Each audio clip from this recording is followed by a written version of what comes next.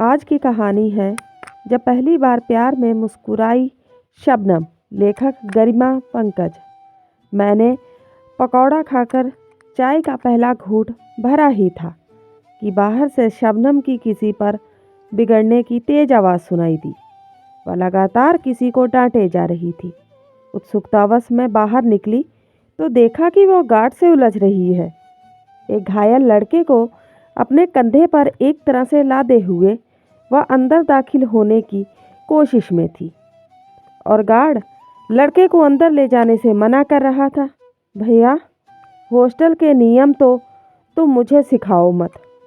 कोई सड़क पर मर रहा है तो क्या उसे मर जाने दूं? क्या हॉस्टल प्रशासन आएगा उसे बचाने? नहीं ना। अरे, इंसानियत की तो बात ही छोड़ दो। यह बताओ, किस कानून में लिखा है कि एक घायल को हॉस्टल में लाकर दवा लगाना मना है? मैं इसे कमरे में तो ले जा नहीं रही, बाहर ग्राउंड में जो बेंच है उसी पर लेटाऊंगी। फिर तुम्हें क्या प्रॉब्लम हो रही है? लड़कियां अपने बॉयफ्रेंड को लेकर अंदर घुसती हैं, तब तो तुमसे कुछ बोला नहीं जाता। शबनम झल्लाती हुई कह रही थी। गार्ड ने झेंपते हुए दरवाज़ा खोल दिया और शबनम बड़बड़ाती हुई अंदर दाखिल हुई। उसने किसी तरह लड़के को बेंच पर लिटाया और ज़ोर से चीखी, अरे कोई है? ओ बाजी, देख क्या रही हो? आओ, ज़रा पानी लेकर आओ। फिर मुझ पर नज़र पड़ते ही उसने कहा, नेहा प्लीज़ डिटॉल ला देना, इसके घाव पोंछ दूं, और हाँ, कॉटन भी लेती आना। मैंने अपनी अलमारी से डिटॉल निकाला और बाहर आई। देखा शबनम अब उस लड़के पर बरस रही है। कर ली खुदकुशी? मिल गया मज़ा? तेरे जैसे लाखों लड़के देखे हैं। लड़की ने बात नहीं की तो या फेल हो तो जान देने चल दिए। पैसे नहीं है तो जी कर क्या करना है? अरे मरो, पर यहाँ आकर क्यों मरते हो? शबनम उसे लगातार डांट रही थी और वह खामोशी से शबनम को देखे जा रहा था। उसका दायां हाथ काफ़ी जख्मी हो गया था। एक तरफ चेहरे और पैरों पर भी चोट लगी थी, माथे से भी खून बह रहा था। बाजी बाल्टी में पानी भर लाई और शबनम उसमें रुई डुबो डुबा कर उसके घाव पोंछने लगी। फिर घाव पर डिटॉल लगाकर पट्टी बांध दी और मुझसे बोली, तू जरा इसे ठंडा पानी पिला दे, तब तक मैं इसके घर वालों को खबर कर देती हूँ। तू इसे पहले से जानती थी? शबनम, मैंने पूछा तो वह मुस्कुराई। अरे नहीं, मैं ऑफिस से आ रही थी तो देखा यह लड़का जानबूझकर गाड़ी के नीचे आ गया। इसके सिर पर चोट लगी थी, इसलिए यहाँ उठा लाई। अब घर वालों आकर इसे अस्पताल ले जाएं या घर, उनकी मर्जी, कहकर उसने लड़के से उसके पिता का नंबर पूछा और उन्हें बुला लिया। इधर मैं अपने कमरे में आकर शबनम के बारे में सोचने लगी। आज कितना अलग रूप देखा था मैंने उसका। उस लड़के के घाव पोंछते वक्त वह कितनी सहज थी। लड़कियां चाहे कुछ भी कहें, आज मैंने महसूस किया था कि वह दिल की कितनी अच्छी है।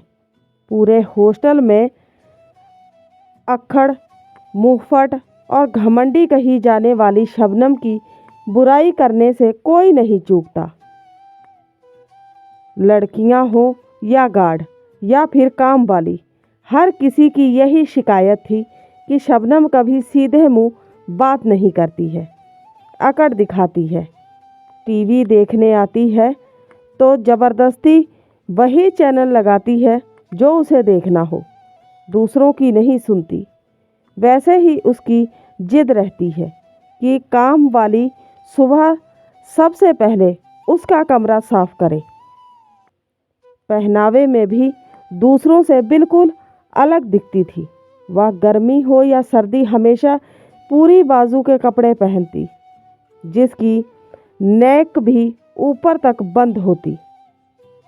उसकी इस अटपटी ड्रेस की वजह से लड़कियां अक्सर उसका मजाक उड़ाती थी, पर वह इस पर ध्यान नहीं देती थी। देखने में वह खूबसूरत थी, पर नाम के विपरीत चेहरे पर कोमलता नहीं, शक्ति के भाव होते थे। डील भी काफ़ी अच्छा था और आवाज़ काफ़ी सख्त थी, जो उसकी पर्सनैलिटी को दबंग बनाती थी और सामने वाला उससे पंगे लेने से बचता था। वह मेरे कमरे के साथ वाले कमरे में रहती थी, इसलिए मुझसे उसकी थोड़ी बहुत बातचीत होती रहती थी। हम एक दो दफ़ा साथ घूमने भी गए थे, पर हमेशा ही मुझे वह ऐसी बंद किताब लगी जिसे चाह कर भी पढ़ना मुमकिन नहीं था। 8-10 दिन बाद की बात है, मैंने देखा शबनम ग्राउंड में बेंच पर बैठी किसी लड़के से बात कर रही है। उस वक्त शबनम की आवाज़ इतनी तेज़ थी कि लग रहा था वह उस लड़के को डांट रही है। 2-3 लड़कियां उधर से शबनम का मजाक उड़ाती हुई आ रही थी।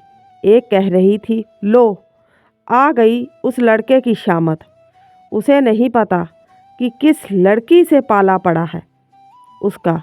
दूसरी ने कमेंट किया, लड़का कह रहा होगा मुझ पर करो ना यूं सितम। मैंने गौर से देखा, यह तो वही लड़का था जिसकी उस दिन शबनम ने मरहम पट्टी की थी। लड़का अब काफ़ी हद तक ठीक हो चुका था, पर माथे और हाथ पर अभी भी पट्टी बंधी थी। बाद में जब मैंने शबनम से उसके बारे में पूछा तो वह बोली, धन्यवाद कहने आया था, और हिम्मत तो देखो, मुझसे दोस्ती करना चाहता था। कह रहा था फिर मिलने आऊँगा। तो तुमने क्या कहा? अरे मुझे क्या कहना था, अच्छी तरह समझा दिया कि मैं दोस्ती वोस्ती के चक्कर में नहीं पड़ने वाली। रोज़ रोज़ मेरा दिमाग खाने के लिए आने की ज़रूरत नहीं। लड़कों की फितरत अच्छी तरह समझती हूँ मैं। आगे उस लड़के का हर्ष क्या होगा यह मैं अच्छी तरह समझ सकती थी। इसलिए शबनम को और ना छेड़ते हुए मैं मुस्कुराती हुई अपने कमरे में चली आई। उस दिन के बाद 2-3 बार और भी मैंने उस लड़के को शबनम से बातें करते देखा, और हमेशा शबनम उसे झिड़कती हुई ही दिखी।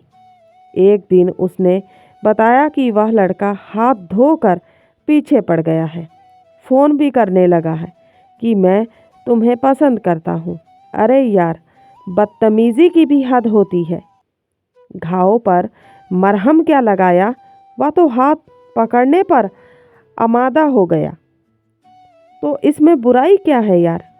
वह तुझे इतना चाहता है, देखने में भी हैंडसम है, अच्छा कमाता है, घर परिवार भी अच्छा है, तूने ही बताया है, तो तू मना क्यों कर रही है? क्या कोई और है तेरी ज़िंदगी में? मैंने पूछा। नहीं, कोई और नहीं है, ज़रूरत भी नहीं है मुझे, और वह जैसा भी है उससे मुझे क्या लेना देना। आज पीछे पड़ा है तो हो सकता है कल देखना भी ना चाहे, अजनबी बन जाए, हजारों कमियां निकाले मुझ में। इतना ही अच्छा है तो ढूंढ लेना कोई अच्छी लड़की। मैंने क्या मना किया है? मैं क्यों अपनी खुशियाँ किसी और के आसरे छोड़ूं? जैसी भी हूँ ठीक हूँ। कहते कहते उसकी आंखें नम हो उठीं। शबनम, प्यार बहुत खूबसूरत होता है। वह वीरान जिंदगी में खुशियों की बहार लेकर आता है। किसी से हो जाए तो सूरत, उम्र, जाति कुछ नहीं देखता। इंसान इस प्यार को पाने के लिए हर कुर्बानी देने को तैयार रहता है। मैंने समझाना चाहा, पर वह अकड़ती हुई बोली, बहुत देखे हैं प्यार करने वाले। मैं इन झमेलों से दूर सही और अपने कमरे में चली गई। अगले दिन वह लड़का मुझे हॉस्टल के गेट पर मिल गया। मुझसे बेनती करता हुआ बोला, प्लीज़ नेहा जी, आप ही समझाओ ना शबनम जी को, वे मुझसे मिलना नहीं चाहती। तुम प्यार करते हो उससे? मैंने सीधा प्रश्न किया तो चकित नज़रों से उसने मेरी तरफ देखा, फिर सिर हिलाता हुआ बोला, बहुत ज़्यादा। ज़िंदगी में पहली दफ़ा ऐसी लड़की देखी, खुद पर निर्भर, दूसरों के लिए लड़ने वाली, आत्मविश्वास से भरपूर। उसने मुझे जीना सिखाया है। मुश्किलों से हार मानने के बजाय लड़ने का जज्बा पैदा किया है। मैंने तो औरतों को सिर्फ पति के इशारों पर चलते, रोते सुबकते और घरेलू काम करते देखा था, पर वह बहुत अलग है। जितना ही उसे देखता हूँ, उसे पाने की तमन्ना बढ़ती जाती है। प्लीज़ आप मेरी मदद करें, मेरे मन की बातें उस तक पहुँचा दे। मैं कोशिश करती हूँ, मैंने कहा तो उसके चेहरे पर खुशी की लहर दौड़ गई। मुझे नमस्ते करके वह चला गया। रात को मैं फिर से शबनम के कमरे में दाखिल हुई। वह अकेली थी। आज वह गेट पर मिला था। मैंने कहा, जानती हूँ मुझे बाहर बुला रहा था, लेकिन मैं नहीं गई। मैंने उसे कुरेदा, तू प्यार से भाग क्यों रही है? जानती है प्यार हर दर्द मिटा देता है। वह हंसी, प्यार दर्द मिटाता नहीं, नए जख्म पैदा करता है। बहुत स्वार्थी होता है प्यार में। आज वजह जानकर रहूँगी कि आखिर क्यों भागती है तू प्यार से। या तो मुझे हकीकत बता दे, या फिर उस लड़के को अपना ले जो सिर्फ तेरी राह देख रहा है। मैंने भी देखी थी किसी की राह पर, उसने कहते हुए अचानक उसकी आंखें भीग गई। मैंने प्यार से उसका माथा सहलाते हुए कहा, शबनम, अपने दिल का दर्द बाहर निकाल, तभी तू खुश रह सकेगी। मुझे सब कुछ बता दे। मैं जानती हूँ तू दिल की बहुत अच्छी है, पर कुछ तो ऐसा है जो तेरे दिल को तड़पाता है। यह पीड़ा तुझे सामान्य नहीं रहने देती।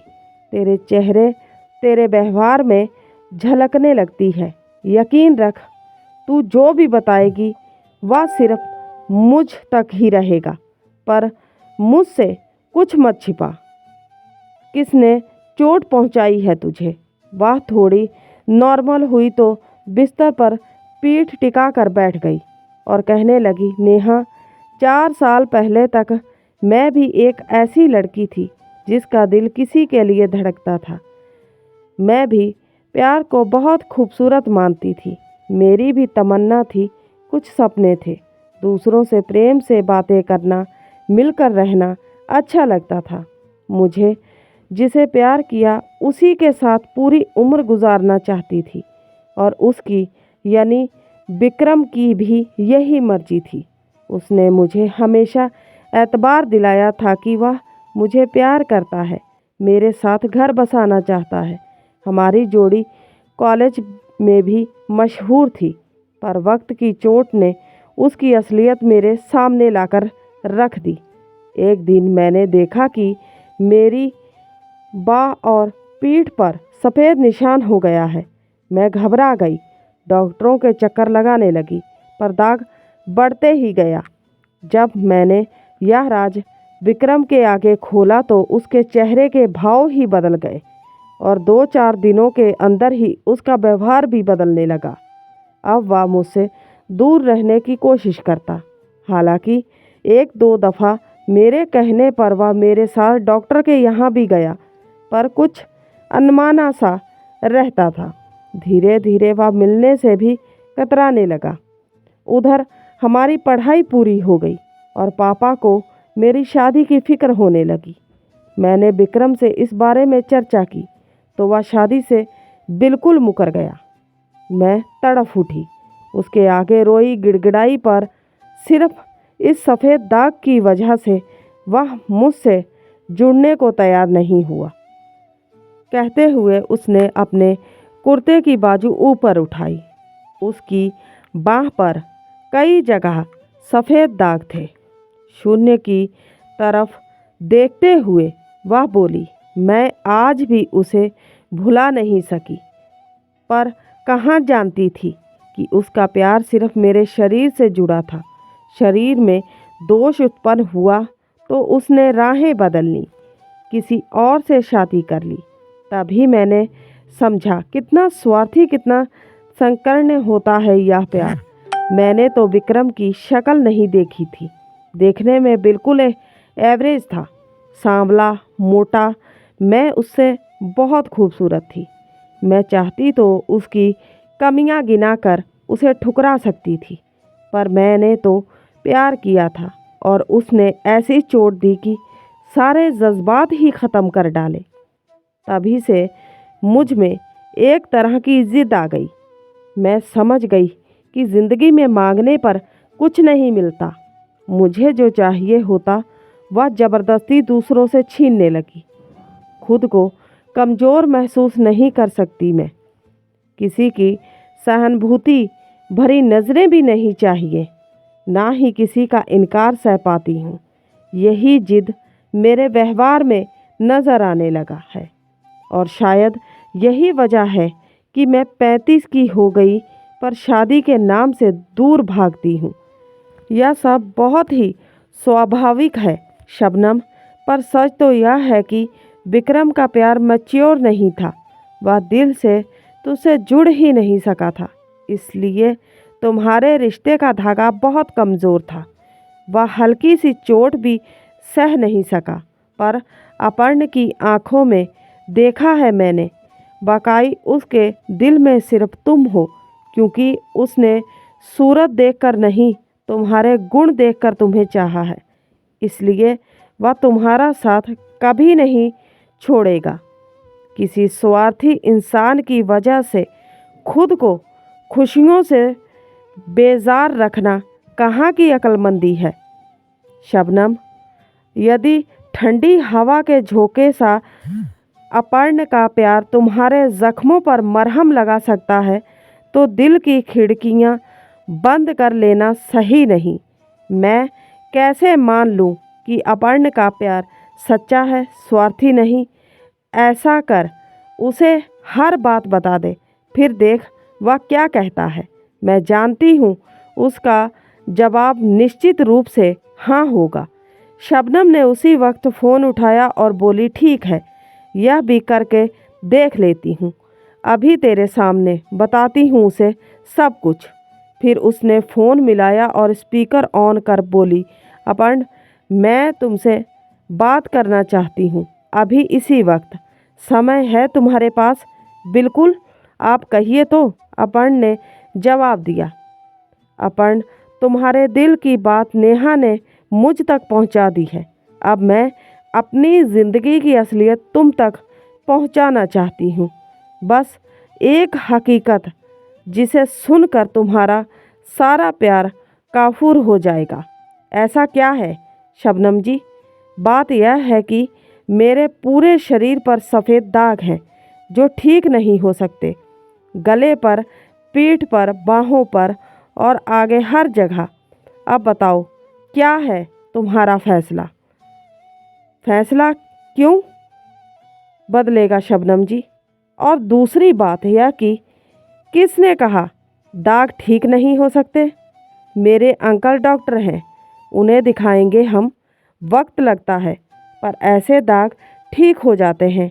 मान लीजिए ठीक ना हुए तो भी मुझे कोई फ़र्क नहीं पड़ता, क्योंकि मैं आपको चाहता हूँ। कमियाँ तो मुझ में भी हैं, पर उससे क्या?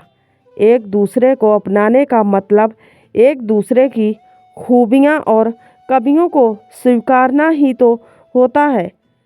कल को मेरे शरीर पर कुछ हो जाए या मुझे कोई बीमारी हो जाए तो क्या आप मुझे छोड़ देंगी? नहीं ना शबनम जी, बताइए। मेरी मम्मी पास ही बैठी है, उन्होंने सब कुछ सुन लिया है और उनकी तरफ से भी हाँ है। आप बस मेरा साथ दीजिए। आप नहीं जानती, मैंने बहुत कुछ सीखा है आपसे। आप मेरे साथ रहेंगी तो मैं खुद को बेहतर ढंग से पहचान सकूँगा, जी सकूँगा अपनी ज़िंदगी। I love you. शबनम ने मेरी तरफ देखा। मैंने उससे हाँ कहने का इशारा किया तो वह धीरे से बोल उठी, आई लव यू टू। फिर शबनम ने तुरंत फ़ोन काट दिया और मेरे गले लगकर रोने लगी। मैं जानती थी आज उसकी आंखें भले ही रो रही हों, पर दिल पहली दफ़ा पूरी तरह प्यार में डूबा मुस्कुरा रहा था। उम्मीद करती हूँ आज की कहानी आपको अच्छी लगी होगी। अच्छी लगी है तो सपोर्ट कीजिए। मिलते हैं किसी नई कहानी के साथ। तब तक के लिए बाय।